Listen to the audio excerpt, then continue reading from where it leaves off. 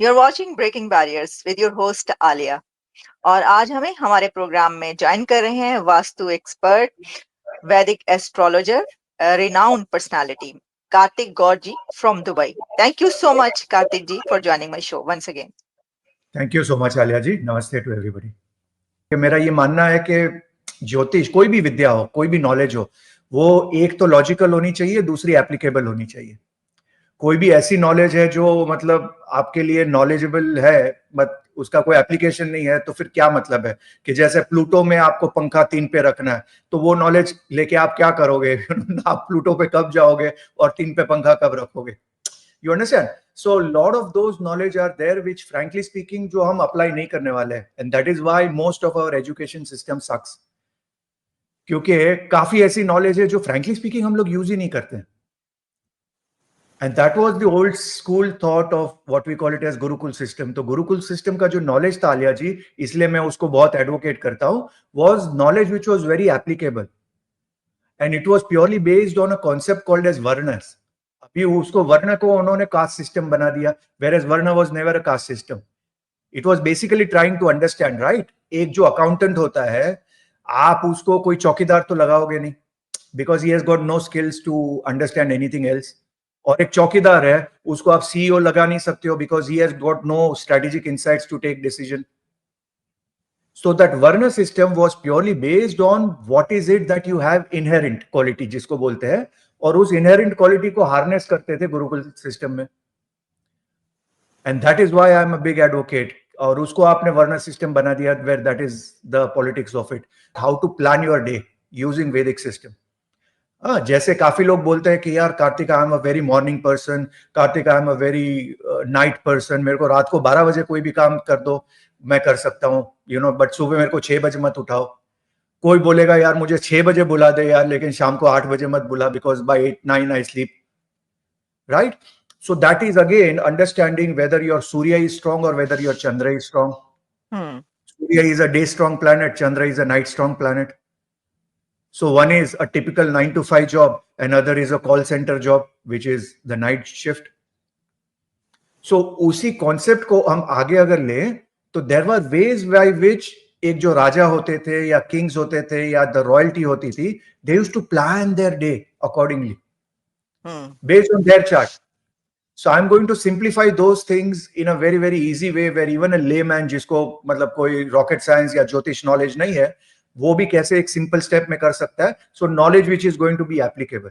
As Ketu inside us is saying that, yaar, you know, what is this, you know, party after party, you know, come on, it's time to meditate and withdraw a little from the so-called world and you know, sort of looking more inward. Rahu bolta hai, yaar, wo sab, you know, I'm not interested. I want to stay in New York. I want to stay in Dubai. Ketu bolta hai ki, yaar, forget all these big cities. They are all scams. You know, stay in a smaller city, stay in the Himalayas. So this is the battle, Alia ji, technically speaking, we all go through on a daily basis. हाँ, जो आपकी language में दीन और दुनिया बोलते हैं, right? So that is a battle, and that is the battle of Rahu and Ketu. Now Rahu ensures that you get a rebirth because he is the project manager for rebirth. Ketu ensures that you get moksha, or he is going to take you out of this world. And that fight is nothing but the Kumbh Mela, which is happening every day inside us, where the churning of the ocean or the churning of our soul or Atma is happening on regular basis. Wow. जिसकी वजह से हमारे अंदर एक होता है पाप पुरुष, which is the demon inside us. What an explanation! Wow. तो जो churning होता है, that is the churning of our demon, which is the papa purusha inside us. So मैं हमेशा लोगों को कहता हूँ राम और रावण दोनों हमारे अंदर ही है. It is just that whether your Ram is bigger or the Ravana is bigger, that decides whether Rahu is having an upper hand or Ketu is having an upper hand. आपको संसार मीठा लग रहा है या आपको संन्यास मीठा लग रहा है? That is the churning which we all are going through. So Mauni Amavasya is a rare day where it is a Wednesday, it is Amavasya, and Amavasya Tithi is ruled by Rahu.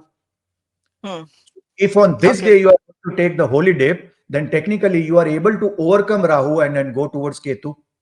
And that's why there is lot of rush, और बहुत लोगों को और सन्यासी लोगों को इस स्थिति पे स्पेसिफिकली जाना होता है because they are very keen कि भाई राहु चला जाए और केतु हमको डायरेक्ट फ्लाइट दे दे। ओके, तो फिर अच्छा, ओके, चलिए, ये तो आपने बड़ी बहुत ही जिस तरह मैंने कहा कि आपने इतनी डिटेल में बताया। अभी जो आप बात कर रहे थे उस पे मैं तो ये भी कहती हूँ कि जो दोजख और जन्नत है ना, दोजख और जन्नत, वो हर इंसान अपनी दोजख और जन्नत अपने साथ लेके फिर रहा है, और वो उसको पता ही नहीं है कि वही बना सकता है दोजख भी, वही जन्नत भी। वो सोचता है कि कहाँ पर मिलेगी, क्या होगा, उसे ये नहीं पता, अपने साथ ही लेके फिर रहा है वो। तो जी जी, अच्छा, अब जरा थोड़ा सा हम आगे बढ़े। 7th house is the house of our outside work, and the 10th house is our office, 4th house is our home. Olden days में जब बड़े राजा होते थे ना, जो हम लोग उनको चक्रवर्ती राजा कहते थे, so when they used to be sworn in, they would just send a horse through the length and breadth, and जो भी राजा उसको राजा नहीं मानता वो उसका घोड़ा स्टॉप कर देता था, और अगर घोड़ा स्टॉप करता था तो there will be a war on him. China के साथ जो हालात ठीक हुए हैं, that is based on their internal situations, because उनको फाइनेंशियली इतना हिट पड़ रहा है, तो they need an economy like India to help them out. और मोदी जी ने काफी उनके वो फंड्स वगैरह कट कर दिए थे। We were not doing the trade at the level at which we were doing, there was no tourism going, all the tourism was going via Nepal to Mansarovar etcetera. तो वो उनका एक बड़ा ही lucrative sort of a sector था। आज अगर वो कैंटन फेयर रखते हैं या फेयर्स रखते हैं, तो majority of them were Indian traders. तो अगर इंडियन ट्रेडर्स नहीं जाते हैं तो it takes a big big hit.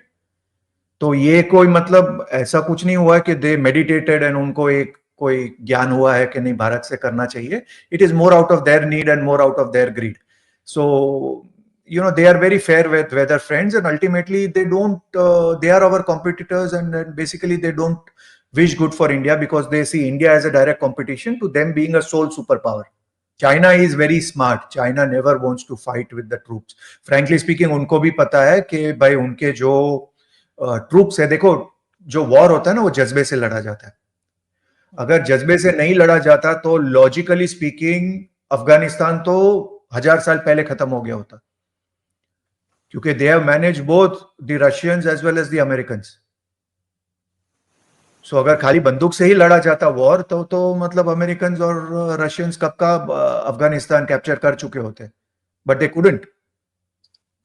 Similarly China knows कि भाई उनके जो बेसिक ट्रूप्स है they are all very pampered, they are all mama's boy, they are not going to fight a combat war. That's why China is very smart. They will always fight a war without the guns. Okay. तो कार्तिक जी, आप एक vastu expert और एक वैदिक astrologer होने के साथ साथ एक पॉलिटिकल एनालिस्ट भी बड़े अच्छे हैं। Thank you so much. Thank you so much. थोड़ा मुझे इंटरेस्ट है। मैं देखो जोकिंगली लोगों को कहता हूँ, काफी लोग मुझे कहते हैं Kartik ji you are very interesting, तो मैं उनको कहता हूँ कि भाई to be interesting you got to be interested. ये बहुत इंपॉर्टेंट है। अगर आपको अपने काम में इंटरेस्ट नहीं है ना, तो फिर आप कभी इंटरेस्टिंग नहीं बनोगे अपने व्यूअर्स के लिए। So I try to stay interested in geopolitics, और मुझे बहुत मजा आता है। Specially I follow Pakistan very closely. हाँ,